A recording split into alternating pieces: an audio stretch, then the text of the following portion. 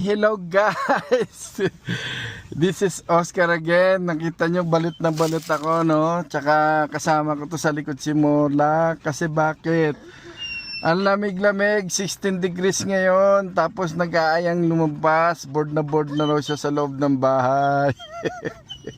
Hindi, kasi nagkataon lang punta kami na New Horizon Mall kasi magpapagupit si AJ. Kaya I did take advantage na i-walk na rin siya kasi nga talagang bored na naman siya sa bahay. Kaya lalabas kami, no? So check you out later, guys. Okay, let's go, Molak. Do not drag me, Molak. Do not drag me. Just easy. Okay? So ito, lalakad kami kasi ay naku, humihi sa pwesto. Ito yung New Horizon Mall, oh. Kita nyo. Yan yung pwesto natin dati. So, I think marami ng mga bago rito. Hang on! Molak! Molak! Molak! Hang on. So, marami na sigurong mga bagong establishment dito. Ayan, oh. Kita mo, dito pala sa bungad, meron na drone dynamics. Pasok tayo sa loob, tignan natin yung mga kaganapan. Yan, si Molak. Yan ang gusto niya.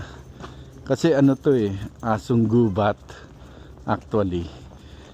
Yeah, gusto niya pag malamig yung gantong weather, nag-i-stroll. Ayan, nahatak ako. OMG,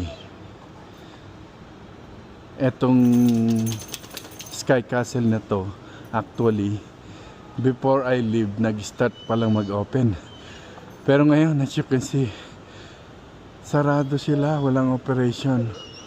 OMG, what is wrong with this place? Talagang mahina talaga sila.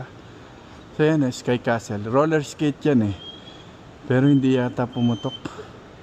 Ewan ko, baka maaga pa. OMG. So dito sa kabilang side, ito Chinese, no? Matagal lang shop yan, malakas yan, dinadayo yan OMG. Tingnan natin yung mga nagsara at mga bagong bukas. I think itong pwesto na to, dyan na rin dati yan So yan ewan ko kung bagong name. Ito matagal na to dito. So yan. Actually itong mall na to, ano siya yung, hindi siya yung mall na pang commercial. Para siyang yung bazaar ganon. For some reason hindi siya lumakas, no? Na maraming pumapasyal na tao. I think it's about marketing pa rin, no? Yung tong company mismo, tong lugar mismo, hindi sila nag-a-advertise kasi. So yun yung napakalaking bagay din na dapat kinukonsider, no? Kahit ng mga malalaking pwesto na ganito. So kulang sila sa advertisement, promotional, kaya walang masyadong pumupuntang tao. So anyway, ando dun yung pinaka-manager. Pinaka-manager yung mawasit tayo. So, ito pa rin yung mga pwesto na ang dami pa rin bakante. Hindi siya napupuno kahit noon pa. Slow down, Molak. Slow down. Ayan, sarado. Kasi nga hindi tinatao Hindi puntahin ng tao kasi para siyang bazaar sa atin, no? Kaya ang kagandahan lang dito, mura ang pwesto. Let's say kung mga gusto mong, katulad din sa amin dati, may pwesto nga ako dyan, pakita ko sa inyo mamaya. Kung gusto nyo ng, kumbaga, service lang, na let's say, papupuntahin nyo sa website nyo.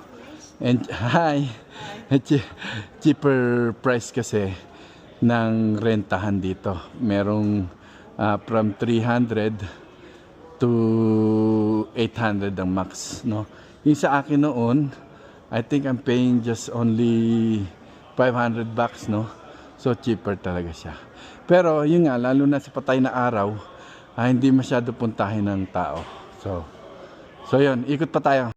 So bali ito yung pinaka-site kung saan yung pinaka pag may nangyayaring activities, ito dito sa area na to. Ayan. So, ando dun yung dati kong pesto. So, ito makikita nyo. So, ito yung buong location ng New Horizon Mall. So, ayan. May maninita sa atin. Ayan o. So, tignan nyo. Right. So ito, madalang ang tao. No? So ayan. So, ito yung entire place, no? Ng New Horizon Mall. Hi. Huh? Yeah. Yes. I have a space in there.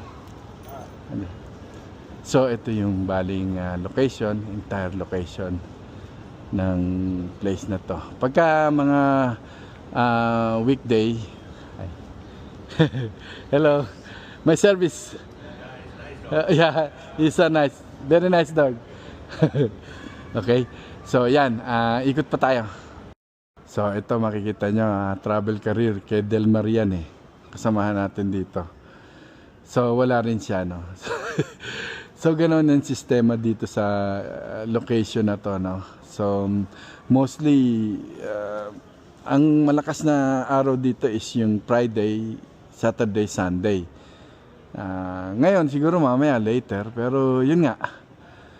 Pero kung naghahanap kayo ng cheaper price ng rentahan talaga, this is the right place, no? And especially kung service kayo. Kung wala kayong merchandise na ibinebenta o mga produktong ibinebenta, wala kayong talo, di ba? So ayan, makikita mo yan, Aesthetic and Wellness by Judith. Pinay din yan. Bago ako umalis dito, nag-start sila rito. So yan yun, ano, kita nyo. Yung pwesto ni ni Ariel, ito, laser moment, no? Wala rin siya. Pero andito pa pala siya nga, hindi pa siya umalis. So, ayun nga. Kasi pwedeng sa bahay niya gawin yung trabaho niya. So, yan. Ito isa sa mga karancho natin dito. Ito pa rin. Ito si Ridley. Yung sa mga uniforme. So, ayan guys, no? Naitutur ko kayo dito sa paggagala namin ni Morlock. Ito si pangalan. Yung accountant ko. Ito si Shirley. Andito pa rin siya. Plus si Mayo. Ito si Mayo. Yung Pinay na nagbebenta ng manggayan. Ayan. So, tamo nasita kami. Sinabi ko lang. Alam ko pwedeng mangyari yun Yung si Morlock, sinabi ko na service dog ko. So, anyway, hey Meta, stop the video. Hello. Ay, hello. Hello. Ay, hindi nga. Are you seriously? Doon sa ibang lugar. Ganun. Mas malaki to Hindi dalawa yun asan na yung fish? Wala na yung aquarium. OMG. Ano na. Baka lumipat sa yung Sa mga... malaki. Oo. Kailangan nila ng Kasi, malaki tama. Oo. Pinapasal. Kasi nagpapagupit yung anak ko, si AJ. Sabi niya, Dada, bored na ako sa bahay. Labas tayo. Ang laki naman yan, kuya. Pero mabait yan. Talaga? Ano ko, behave yan. Kaya nga sinita ko, sabi ko service dog ko So ito yung dati naming place. Pagka tumatambay kami, sila to kasi nang nandirito, tsaka si Rose Ann. Pag nandito sila, dito kami nagkakape, nagtatambay dyan. So, ganun pa rin yung setup. Pero si Sister Ann, yung sa Unmazing, yung mga, ang tawag dito, nail, yung mga ganon, polish, mga paglilinis ng magmumove siya, kumuha siya ng other na bigger space, no? So, yeah, ito yung location ng New Horizon Mall. So yun guys, hindi na ako nakaikot kasi tapos na si AJ sa pagpagupit. So basically, ito yung New Horizon and ang dami kong narinig, no, na marites kay Sister Ann kasi ang dami palang pwesto na nagsara at mga bagong pwesto na naman dito. You know what I mean? So I think really the business is very unpredictable, no? Hindi mo masabi kung kailan tatagal talaga. But the good thing is, nowadays, especially sa katulad namin, gaya namin umalis kami dyan, it is because fine lang naman kasi ang real plano namin talaga is to tour over with our office motorhome. Although hindi pa nga nangyayari until now kasi may mga inaayos pa. So ibig sabihin, ang business is unpredictable na hindi ka nakakasiguro, no? anytime could happen. Kaya dapat may mga plan ka, no? May mga diskarte ka kung paano mo magagawa online. Pwede rin, no? Kasi yung mga ibang business na nandiyan dyan, na umalis, mga physical product yung mga ibinebenta nila. So, I think, yon, kailangan lagi kang updated, lagi kang naka-innovate, no? Whatever type of business na hawakan mo. Otherwise, kapag ka nag-stuck ka and then nagsara ka, wala na, wale. Dapat may mga bago kayong naiisip na innovation, no?